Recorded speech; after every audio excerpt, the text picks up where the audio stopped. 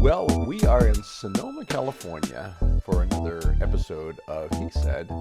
She said. And I'm Michael. And I'm Katie. Okay, Katie. Now, this is Katie Byrne, and she is a marriage and family counselor who resides in beautiful Sonoma, California. This is a great place. And, Isn't it? no, thank you. And thank you for the invitation. We are sitting here in the garden looking at this beautiful area that survived the Sonoma fires.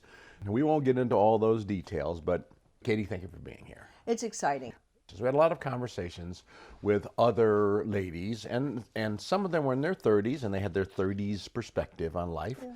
And then we had one who was 49, another one who was in her 60s. So we were starting to walk up the ladder a little bit and getting toward our ages, and we're giving that more mature perspective. But you here, and hopefully you'll be back from time to time, as a professional, as the professional clinician who will talk about some of these things, not just opinions and things like that, but just why we do some of these things.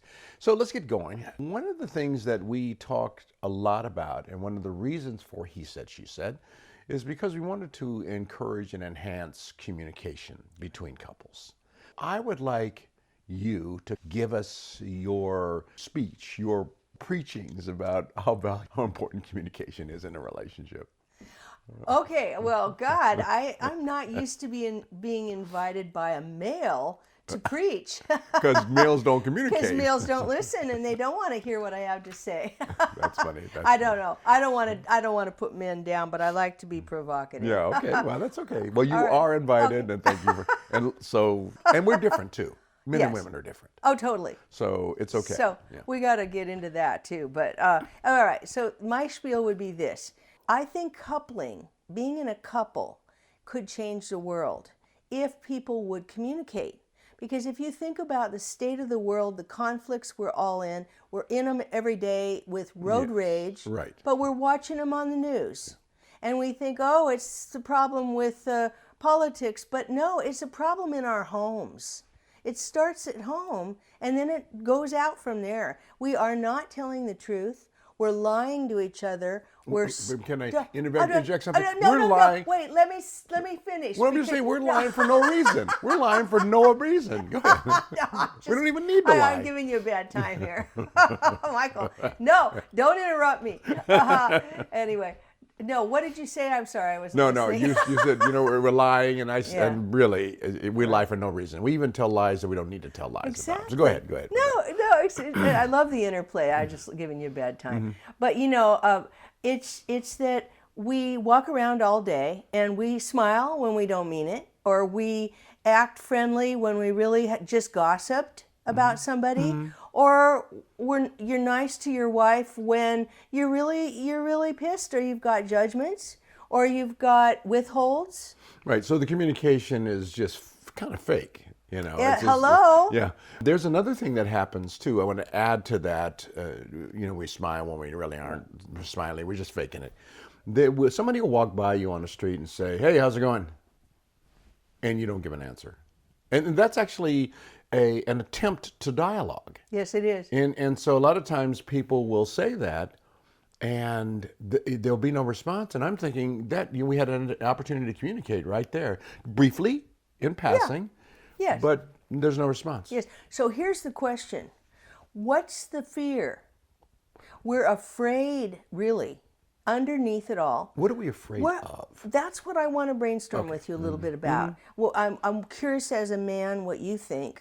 People are actually unconcerned about everybody else. They're concerned only about themselves. I like that because one of the great couples therapists in the world, in my opinion, Harville Hendricks, when they asked him, what would you suggest to couples to make relationship work? He said, simply have curiosity. Be interested in the other person. Easier said than done. I mean, we're still in fight or flight mode. We're still animals. We're evolving as a species. I think your show should be called Relationship 101. Well, here's the thing. It's called He Said, She Said, but it is Relationship 101. I know. Because basically communication is a lubricant. You know, it's the thing that makes everything else work. When couples come to me, it doesn't matter to me whether the issue is sex or money. Usually is one of those. It's usually But, both of those. You know, or anger, or affairs. But to me, what I care about is, are they having intercourse? Are they talking? I mean, that's an old school word For communication. Yeah, communication. So, Hey, but hey, why hey. don't we do it? So why don't we do it? I mean, why don't we communicate? Yeah. Okay, you had mentioned anger, and you had mentioned fear. So we'll get to anger because that's a big subject. But the fear part, to me, I think that men are afraid to have a conversation because they have to release these feelings. I think that that's one of the reasons that they're afraid to have a conversation. Plus, they open that can of worms.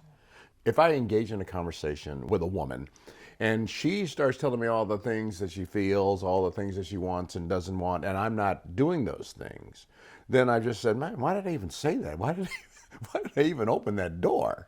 So why don't we just not talk about it? Yeah. But the thing that bothers me about that fear, and this is the number one thing for me that I just don't understand as a man. It seems that women, when they want to talk, they talk about things, they get it off their chest. It might be a rage or anger or fear or something like that they're expressing, but they get it off their chest. They walk away from that feeling a little bit of relief that they got that, thank you for listening, I got it off my chest. And when they do that, the man doesn't say, oh, that's great, thank you for all that information. He either ignores it or he jumps to fixing it. And he offers solutions and plans for an assault, a line of attack. How are we going to fix this? How are we going to straighten this out? And that's not, from what women say, that's not what they're looking for. They just want you to understand them and hear them out. Right. And women want to be seen. We want to be heard. We want to be cherished. Men want to be respected. So it's an oxymoron. I mean, it's kind of a screwy situation because you're right. If you ask your partner to go ahead and share whatever she has on her mind, you're probably going to get some criticisms. Yes, exactly. And so what I say is that women are crabby.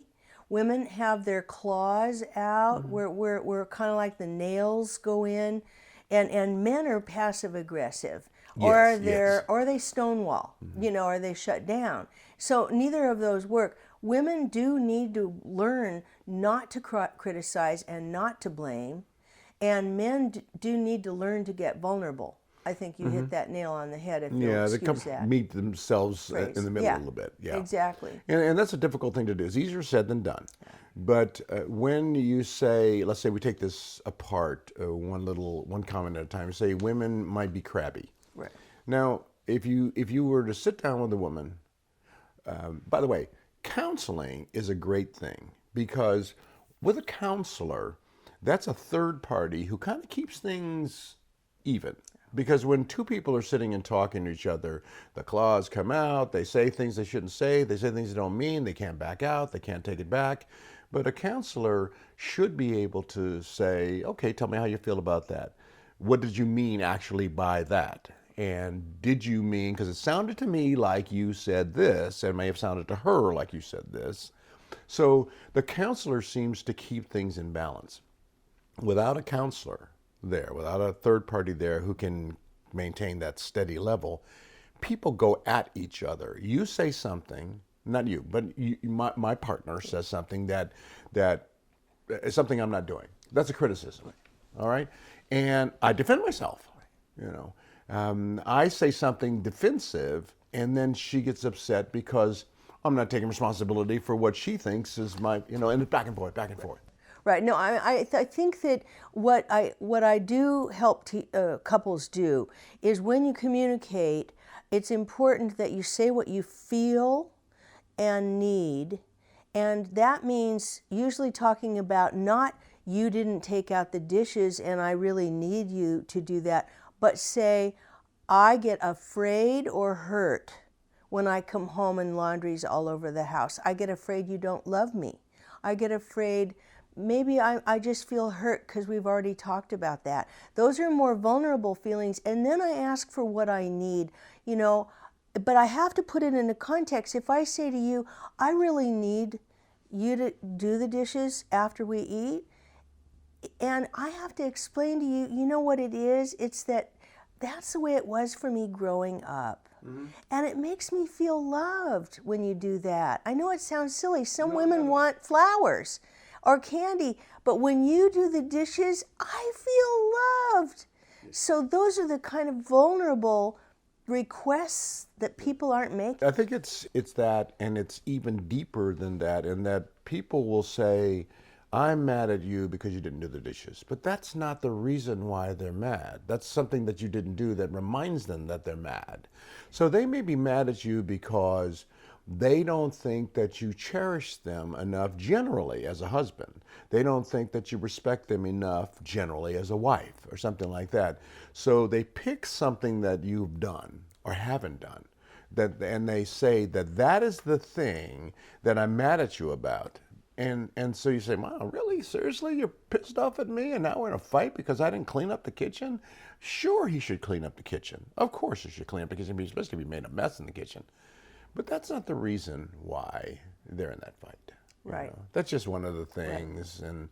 And if they don't focus on the real reason why, right, they're going to constantly be fighting over little things, right, and these little things will add up. But the hard part about focusing on the real thing is it always requires vulnerability. Oh, absolutely. And responsibility too, accepting responsibility. Yeah. But it is very important that each person asks for their unmet needs, but in a vulnerable way. And it's I tell men, I can change your life in 5 minutes. You will become so popular with women if that's what you want. And all you have to do is listen and then feed back what you heard. And get a little exercise in and that. It sounds corny. No, not at all. It's just training. Yeah.